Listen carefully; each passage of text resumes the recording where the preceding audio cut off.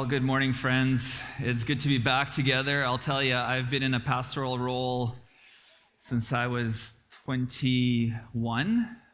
So it was really weird not to be part of church community on Sunday, last Sunday. But we were safe, we were sound. We got to experience some neighborly love by shoveling together and clearing some snow of our loved ones, or watching somebody clear the snow of our fronts. And that was an important thing. And today we watch it all melt, which is great part of living in Saskatchewan. The variety of seasons you get in 1 week. Was it like a 30-degree swing everywhere? Yeah. Anyways, welcome here. Today we continue our Lenten journey through the... Oh, this jumped on me. Here we go. We continue our Lenten journey in trusting God through the wilderness, learning to understand God's movements and love for us in seasons of scarcity, in seasons when things just don't quite seem to make sense. And today, in our progression of going through 1 Corinthians, we're going to be looking at the issue or the conversation of intimacy. So what we have learned so far is that God actually invites us and calls us into the wilderness. It is not something we just accidentally find ourselves in. There's a call that God makes in our life into the wilderness.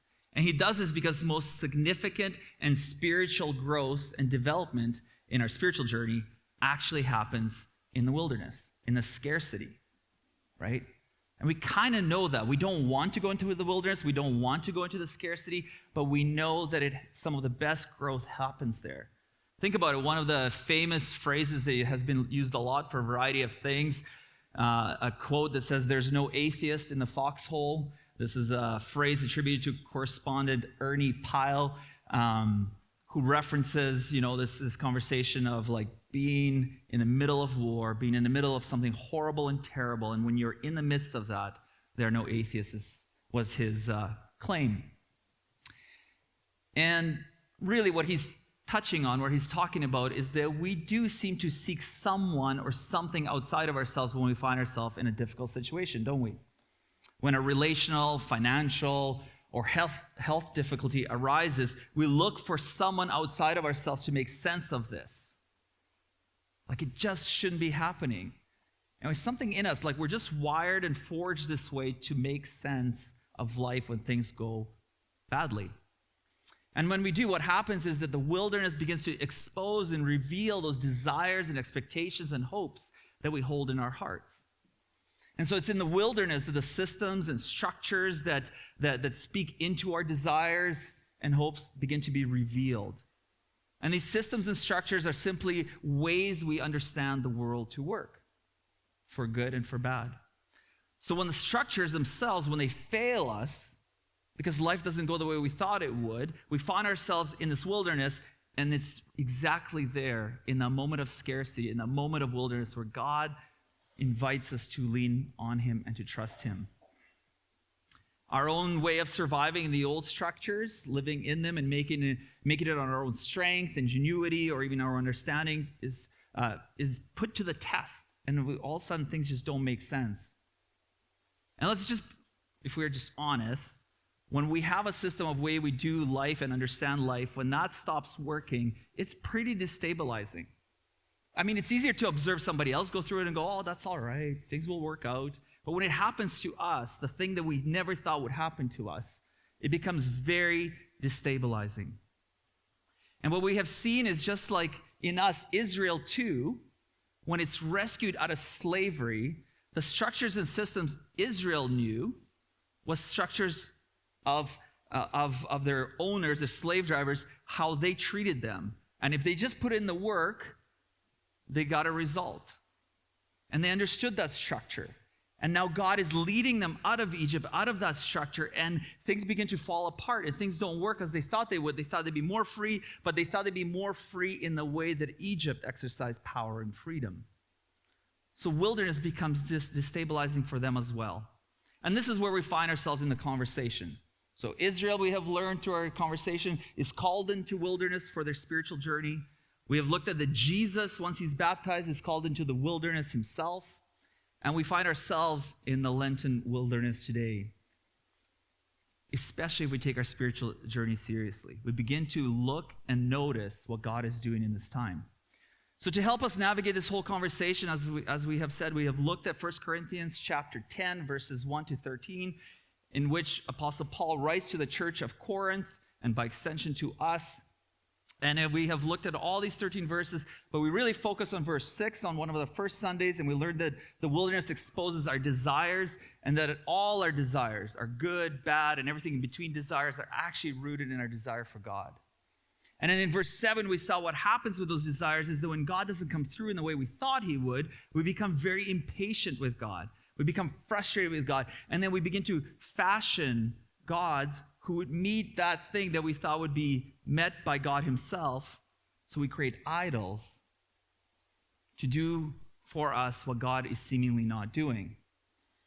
So on our strength, we begin to create these things instead of resting in God. We strive, we work, we try to solve the issues, we fix and we work, and we have become really good at it. We do it through political, through financial, through relational means. We create idols that we can understand and manage to make sense of life where God is seemingly not coming through. So today in this movement from verse 6 to 7, we are finding ourselves in verse 8, and we're going to look at a challenging verse, but a verse that I want to start with that deals with intimacy. Now, the word intimacy itself elicits various emotions and thoughts. We all have ideas what intimacy is and what it's not. Perhaps for some of us, intimacy means fear and confusion. For others, perhaps it means like longing and anticipation. There's something in us that kind of understands intimacy, but also has some confusion around it. And we all seem to want intimacy. We describe it in a variety of ways, whether we talk about being extroverted or introverted. Intimacy is when I have space for myself. Intimacy is when I'm with other people. We have a variety of ways of talking about it, but we all seem to look for it. And there's an interesting thing, and there's lots of science around this, that when a baby is born, when I've had the honor of seeing both my boys be born and hold them like basically, right in the first moments of their birth. I cut the umbilical cord. It's really like mushy. You think anyways, it's a whole thing. But right in that moment, babies have this, and there's lots of science behind this, have this instinctual drive to look for faces. Did you know that? That from moment one, babies have this instinct to search, to look everywhere, to be almost panicking, looking for a face to mirror back to them. They're looking for a face, for a connection, to feel intimacy of protection, care, love, radiating to them from a face of intimacy, loving them back. From moment one of birth, we, all of us in this room, each and every one of us as a baby, looked for a face to love us back, to be known, to be seen, to be loved. We are all forged and created in this way. We need intimacy, in fact, to survive. The baby will cry out and cry till there's a connection and intimacy is made, looking and crying. In fact, the survival, the need for survival behind intimacy is so huge that neglecting a baby, neglecting a child, neglecting a youth, a young adult, neglecting an adult, neglecting a senior has detrimental repercussions. We are forged and created and designed to look and see a face looking lovingly back at us. Isn't that amazing? And so today we're going to unpack a difficult verse in 1 Corinthians that speaks to this desire for relationships and intimacy. Now, we have said in these 13 verses of 1 Corinthians that Paul uses a template to warn us not to do what Israel did. And we have seen that from verses 6 to 7 that these warnings are tied to desire and impatience, and it was cravings and idol worship. And we've seen how the foundational building blocks in us are being hijacked and used improperly. So we're going to read verses 6 to 8 and land on verse 8 today. So we read out of this letter. Again, this is Paul warning. So this is these things that happened to Israel as a warning to us, so that we would not crave evil things as they did. So we would not over-desire things we're not meant to desire, or worship idols as some of them did. That is, get impatient with God and create gods in our own image. As the scriptures say, the people celebrated with feasting and drinking, and they indulge in pagan revelry, and we must not engage in sexual immorality as some of them did. So our focus today is this movement that we talked about, over-desire, impatience that leads to conversation of intimacy. And we must not engage in sexual immorality as some of them did. There's a lot going on in this verse, and there's a lot of things that I'm certain that are coming to your mind as you read this passage. Maybe you've read it many, many, many times, 1,000,000 times. Maybe it's the first time you've seen this verse, and I'm certain there are things that are bubbling inside of you. And I just want to say and encourage you, notice what's rising up as you read this verse. Notice the feelings like if it's pride, if it's like finally we're talking about this, finally the church is addressing sexual immorality. Notice that. Hold that for this conversation and bring it to God as we pray through the week and have conversations in your home church. Maybe it's feelings of shame that rise up as you read this verse. Oh, my past always seems to catch up to me, and now we're going to be talking about it in church. Maybe it's a feeling of confusion. This again? Why is the church so focused and concerned about sex? Notice the things that are coming up in you and just hold them. I'm just going to invite you to hold them and notice them and leave them with God for now.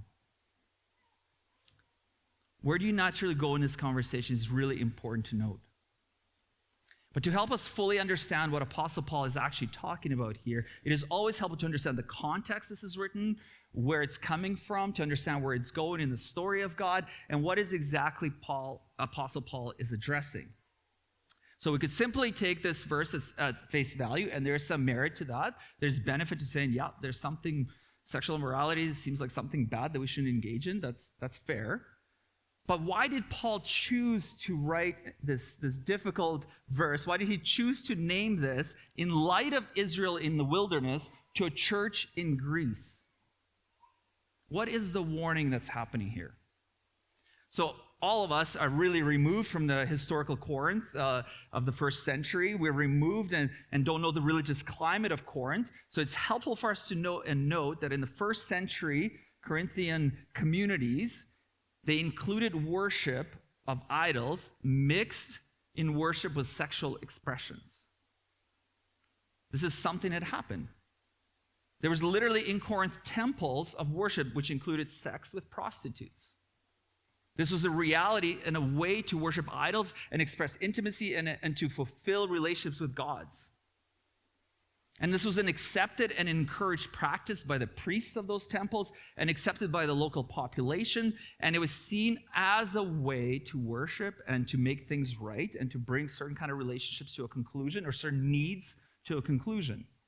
And so for the early Christians who had been learning a new way of life in Jesus, this religious practice and this cultural reality of worship and sex in the temples was a real temptation. There was worlds colliding. And so Apostle Paul is warning the church in Corinth by reminding them that this is not the way of Jesus. And that this current practice of worship and sex is the same situation actually that Israel found itself in the wilderness. So the reason he's speaking to this is he's seeing the same template happen with Israel as they find themselves in the wilderness. And we read in the book of Numbers, chapter 25, verses 1-3, which Paul is referencing. And we read this, something very similar occurred.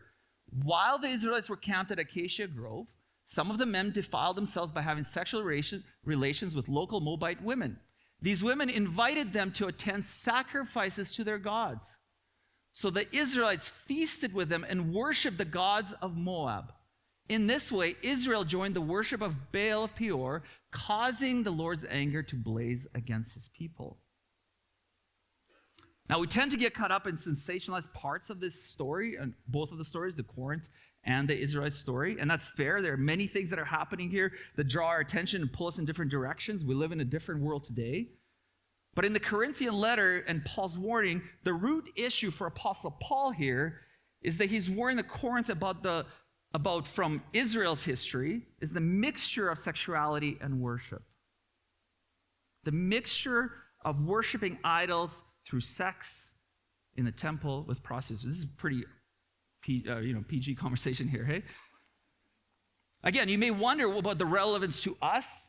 Certainly in today's world, we don't seem to be tempted in the same ways. We don't seem to go to, that I know, to temples to have sex with prostitutes in a way of worship. However, the connection with worship might actually be pointing to something more significant about our sexuality than we realize at first blush. I want to suggest that there's actually a deep intimacy and longing connected in us to our Creator. Therefore, our sexuality is connected to worship. There's lots going on here. And if we look at the broader context of 1 Corinthians, we see the discussion of sexuality is laced throughout the pages of the letter. The immorality of the ancient people of Israel and their stories also laced with sexual relations that are deeply connected and attached to worshiping false gods and idols. So what's happening here? I want us to note and to see that the reality that is being exposed in the wilderness is that we as people are deeply designed for relationship and intimacy. As we look for God, we get impatient with God and we seek intimacy that we feel He's not providing for us. And as babies from day one, hour one, minute one, we look for connection, we search deeply for a loving face to look back at us. And in the wilderness, in moments of isolation and desolation, we do not see someone looking back. So when we read these stories from our vantage point, we again are tempted to shake our heads at the Corinthians or the Israelites and say, well, I mean, Israel, you were led by God through all those things. How could you possibly begin to worship other gods? Corinthians, like, why would you be doing this? But pause for a moment and consider and think about how common the practice was back then to do this kind of worship when God wasn't showing up in ways they thought He would. If we look back at history, we would see that this was a practice that was pretty common in the world. And in fact, the reason this practice is it's more rare today is because the way Jesus has transformed the world and gave dignity to women, to children, to men, to realign their worship and intimacy to Jesus, which looks radically different than the worship in Corinth temples. The way of Jesus gave worth and dignity to people that in history didn't exist. See, the wilderness, as we pulled us away from God, made us impatient with God so much so that we began to constantly fix our need for intimacy in a variety of ways that just wasn't helpful. So what's being exposed in this wilderness journey, and Paul is warning us about, is the longing for intimacy that is being found to be solved in a variety of ways away from God. But the story of God reveals to us that the longing actually comes from God. That this longing for intimacy from day one is forged in us, is actually from God for God. And is shared with others only in a way that gives dignity and compassion that God gives. God desires that we actually connect with Him. He's a personal God. He desires to have a relationship with us. But in the wilderness, as we look for comfort, for love and connection, because of the disconnection and isolation, we feel the temptation to look towards sex to dispel the disconnectedness. Know the progression of thought we have looked through in 1 Corinthians 10, verses 6 to 8. Apostle Paul's warning. Do not crave evil. Do not worship idols. Do not participate in sexual immorality. Oops. There we go. Do you see what that Apostle Paul, what he's unpacking for us here? He's showing us the natural desires that he's given us, things that he's forged with us, and in this warning, he's showing us in ways we have hijacked those natural things to be craving evil, idolatry, and sexual immorality. We have hijacked things like desire.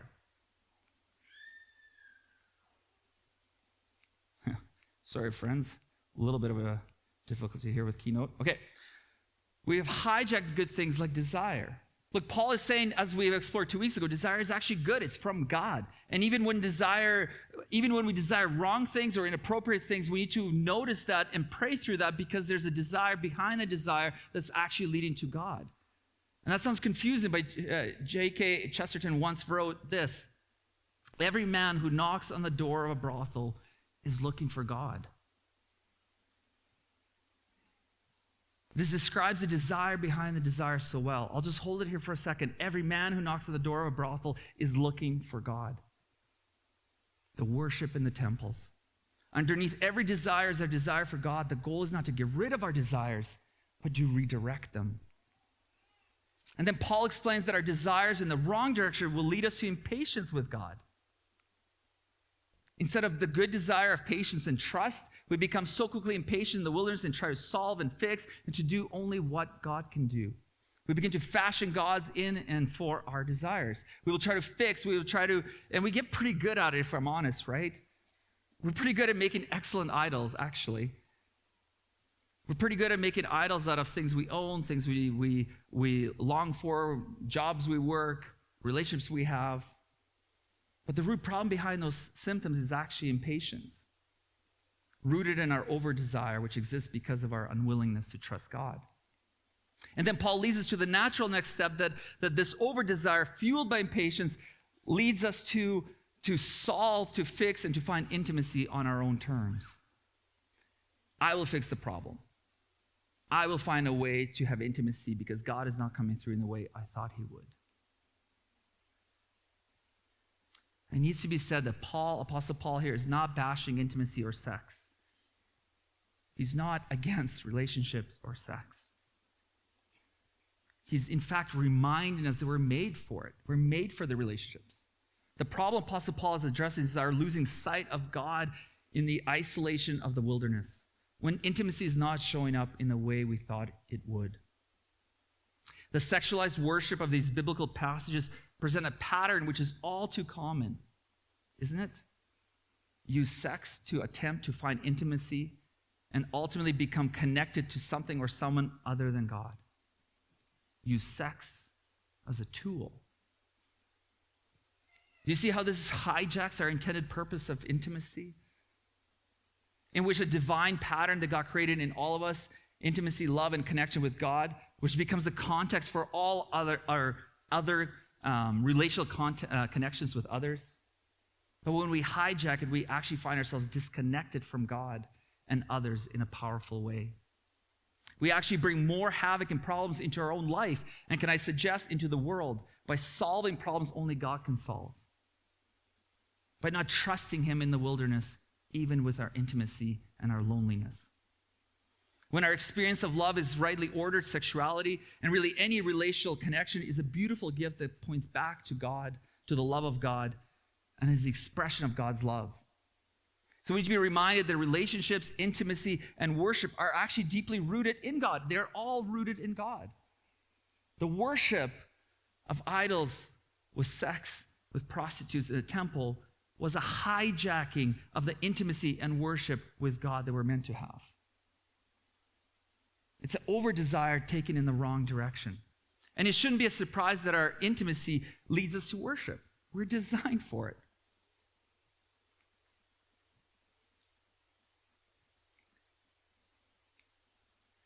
And there's a paradox in all of this. We're good at solving problems, even intimacy. But our solutions are more often than not outside of God, which creates more disconnection. And even though the solutions like sex feel like a connection, feel like intimacy, it isn't. So we keep chasing more connections, chasing them at our own expense, instead of trusting God in the isolation of the wilderness. So here's what it all reveals. It reveals how lonely and isolating we can feel at times. In times of scarcity, in times when things go wrong, in times when relationships break up, in times when families have fractures. The world is not as we thought it would be. And we could begin to numb that pain and try to solve it on our own. And we try to use sex in particular to solve the problem of isolation, even in marriage. And when sex doesn't become the cure of isolation we hoped it would, we play the blame game and move on. And we search and move on, worshiping something that doesn't ever solve the problem. It all reveals our impatience with God. Apostle Paul reminds us that our worship then is actually deeply tied to our actions and sexuality. We are holistic beings who are not to suppress who we are, but to trust our whole being to God. So the question for us, are we willing to trust God in the wilderness with our intimacy? Or will we solve it on our own? Intimacy in itself, sex in itself, isn't the problem. The problem is how we use it. And the wilderness is an invitation to strip all those learned responses to life, all those structures of Egypt, all those things of power, sex, and control, so that we might experience a reshaping, that we might experience a renewing of our capacity to love and to be loved. So our teaching today is all about the movement in the wilderness from isolation to intimacy. It is an invitation to search our hearts, to examine our feelings of disconnection and isolation, and to consider how intimacy finds its fullest realization in God alone. The wilderness isolation is an invitation to remember that you are actually not alone. So what do we do with this?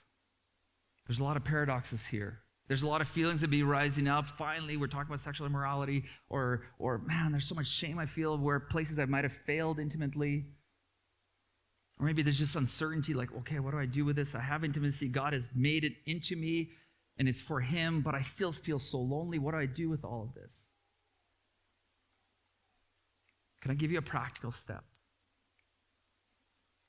Pray. Now, I know this is a Sunday school answer, and you're like, oh, okay, well, that solved it. I know, it's okay to, I know, those feelings rise up, it's true. But friends, prayer is an act of worship. Everything in our holistic being is made for intimacy with God, and prayer is that intimacy that invites Him into all of our being. And God can hold all of our honesty. Majority of Psalms is people screaming at God, where are you? Why aren't you coming through in a way I thought you would? When will you finally win? Why do the wicked prevail? And there's other Psalms. God, I'm so sorry to deal with our shame. I'm so sorry, God. I try to solve intimacy without you. And it brought more problems into my life. And it's brought more pain into my life. In their book, When Prayer Becomes Real, John Coe and Kyle Stobel make this observation. That prayer is not a place to be good, but a place to be honest. So yeah, there's a lot of things bubbling up inside of you as you're talking about this conversation, and there's directions and things you want to talk about. I'm certain of it. It's a difficult passage. But can I first and foremost invite you to pray and reconnect with God, who desires that intimacy with you first and foremost? Not to realign into another political conversation or to an agenda or to wherever your mind wants to go. Paul's warning here for us in 1 Corinthians is, as a template, do not do this. Do not connect sex in this way into worship to some idol that you feel will meet the need of your intimacy. Don't do that. Of course you're made for intimacy. Of course you're made for relationships. But you need to align that with God first and foremost. So can I invite you to pray through this week? Can I invite you to bring those things that are bubbling in your heart, or the pains or hurts or shames or frustrations or anger that you have with God or towards God? Can you invite you to pray into that conversation? Because God invites us into that intimacy. He invites us into that. Henry Nouwen put it this way. The real work of prayer is to become silent and to listen to the voice that says good things about me. To gently push aside and silence the many voices that question my goodness, and to trust that I will hear the voice of blessing, and that demands real effort. This is important. Prayer is important because in our honest conversations with God, we learn how God views us. And in His story, we'll learn He views us as very good. Opposite of the messages of shame that you may have held, or frustrations you hold in your heart and soul about sex and desires, or understanding, or other people's sex and desires, can I just invite you in your intimate relationship with God to bring those things to God first and foremost? The Hebrew word for God's love is hesed. Hesed. And it's this covenantal love. It's this love that makes promises and commitments to us even when we break our commitments. The character of God we learn in the Hebrew Bible, whose anger we read blazed against them pulling to the idols and mixing their sex with idols, was that God, we are breaking the covenant promises with God, and he said, but I won't break that with you. Our desire for intimacy is looking for God, for a relationship with him. And out of that relationship, our relationships to others outflow. God is continually reminding us that we are made in his image.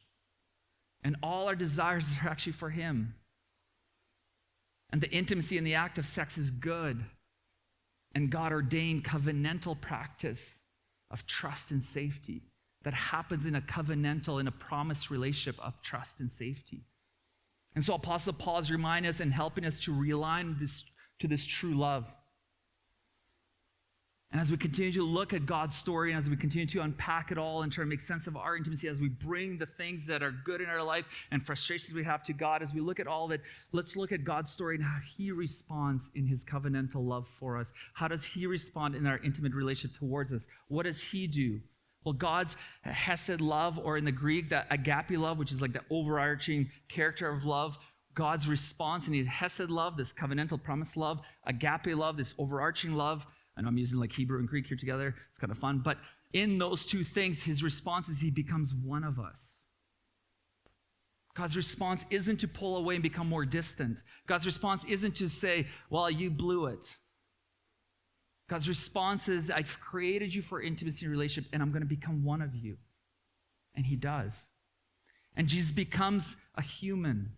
And he experiences the desires, the impatience, the temptations that we experience. He experienced the feelings of isolation, loneliness. This was all reality for him. And he carries the full weight of it. He takes this full weight of all this brokenness, all our impatience, all our over desires, and all our messing about, and he takes it all to the cross. He does it out of this intimate love for us to defeat the power of death. An act of intimacy for us was deeply lived by Jesus. Friends, what is more loving and intimate than that? Than God not pulling away, but actually stepping into our mess and loving us and taking what we cannot take to the cross to put it to death. God did and does what we can't. He extends his mercy and grace to the world hell-bent on destruction, evil, and corruption and abuse, to give dignity, hope, love, and ultimately life to all of us. When we step into the way of Jesus, this way of life, we actually begin to join him in the renewal of an impatient and frustrated world. When we step in the way of Jesus, we begin to live in dignity, hope, love, and life where there is none. We begin to offer that because Jesus has shown us how to do that.